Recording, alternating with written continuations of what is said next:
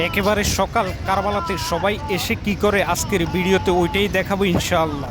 तुम्हारी जमने जगत जना कामली वाला তুমি মদিনা वाला ওগো কামলি वाला তুমি মদিনা वाला। আসসালামু আলাইকুম, সবাই কেমন আছেন? আশা করছি আল্লাহর রহমতে সবাই ভালো আছেন। যে যেখানে আছেন আজকের ভিডিওতে কারবালার দৃশ্য সকালবেলা কেমন দেখা যায় ওইটাই দেখাবো ইনশাআল্লাহ। জানি না কে কোন দেশ থেকে দেখতেছেন, আশা করছি আজকের এই ভিডিওটা সবাই শেষ পর্যন্ত দেখবেন। আমি সকাল সকাল চলে আসলাম কারবালাতে, আমি সহ অনেকে আসছে এখানে। যাদেরকে বেগালা দেখতেছেন ওনারাও বাইরে থেকে আসছে, বিশেষ করে ইরান থেকে বেশিরভাগ লোক কারবালা চলে আসছে। কারণ ইরানে হলো শিয়া মুসলিম বেশি, এই কারণে ইরানের লোক কারবালাতে বেশি দেখা যায়, সবচাইতে বেশি আসে ইরান থেকে। যাই হোক, আজকের এই ভিডিওটা আমি করলাম সম্পূর্ণ হজরতে ইমাম হোসেন রাদিয়াল্লাহু আনহুর রওজা শরীফ যেই গড়টার ভিতরে, ওই গড়টার সামনের একটা গলি আছে, ওই গলিটার এখানে অসাধারণ কিছু ফ্যান চলে। ওই ফ্যানগুলার শব্দ অন্যরকম, কিন্তু ঠান্ডা হাওয়া আসে। কারণ এইখানে যেই ফ্যানগুলো চলতেছে বা দেখতেছেন গাছের ভিতরে, এই ফ্যানগুলো থেকে কিন্তু বাষ্প আকারে পানিও বাইর হয়, হেলিকপ্টারের মতন শব্দ হয়, কিন্তু পরিবেশটাকে অনেক ঠান্ডা রাখে। কারবালার অনেক গলিতে এই ফ্যানগুলো লাগানো আছে। মানুষ আসলে এই ফ্যানগুলোর সামনে অনেক সময় দাঁড়িয়ে থাকে একটু নিজের শরীর ঠান্ডা করার জন্য। এমনিতে এগুলোর সামনে দাঁড়ালে মনে হয় শরীর ভিজে যাইতেছে, আসলে কিন্তু এরকম কিছু না, হালকা বাষ্প আকারে পানি আসে। যাই হোক, ওই যে ঐতিহাসিক ওই ঝর্ণাটার কাছে চলে আসলাম, যেই ঝর্ণাটার উপরে বসে কবুতরে পানি খায়। যেই কবুতরগুলো থাকে হজরতে ইমাম হোসেন রাদিয়াল্লাহু আনহুর রওজা শরীফ যেই গড়টার ভিতরে, ওই গড়টার ছাদের উপরে কারবালায় যেই কবুতরগুলো থাকে, ওই কবুতরগুলোর কিন্তু অসাধারণ থাকার জায়গা। যদিও কারো বাসা বাড়িতে থাকে না, এই কবুতরগুলো কেউ পালে না, কারবালাতে থাকে। আলহামদুলিল্লাহ, এদের ভাগ্য আমার মনে হয় অনেক ভালো।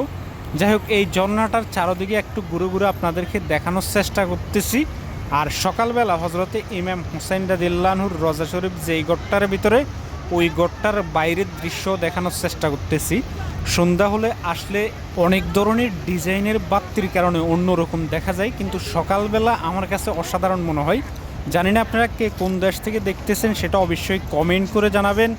আর ঐতিহাসিক কারবালার এই দৃশ্য সকালবেলার আপনাদের কাছে কেমন লাগে সেটা অবশ্যই কমেন্ট করে জানাতে ভুলবেন না। আর আজকের এই ভিডিওটা যারা আমার ফেসবুক পেজ থেকে দেখতেছেন অবশ্যই আমার পেজটা ফলো দিবেন, কারণ আমি এই পেজে সবসময় কারবালার ভিডিও ছাড়ি। আপনারা যদি কারবালার দৃশ্য দেখতে চান অবশ্যই ফলো দিয়ে রাখবেন।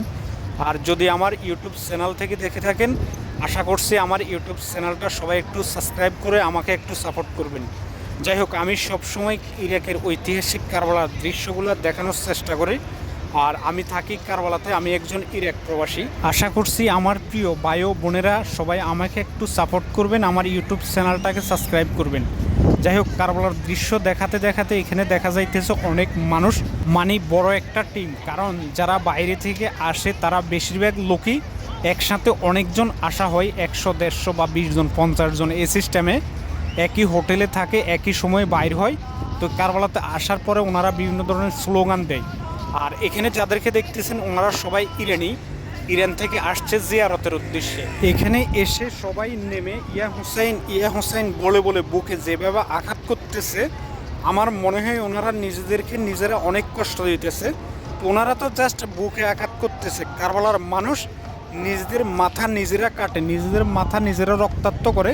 আবার মাথা বলতে গলা দিয়ে কাটে না, জাস্ট মাথার উপরে আঘাত করে বিভিন্ন তলোয়ার দিয়ে। মুহররম মাসের 10 তারিখ রাতের বেলা, অনেকেরই এটা জানা আছে।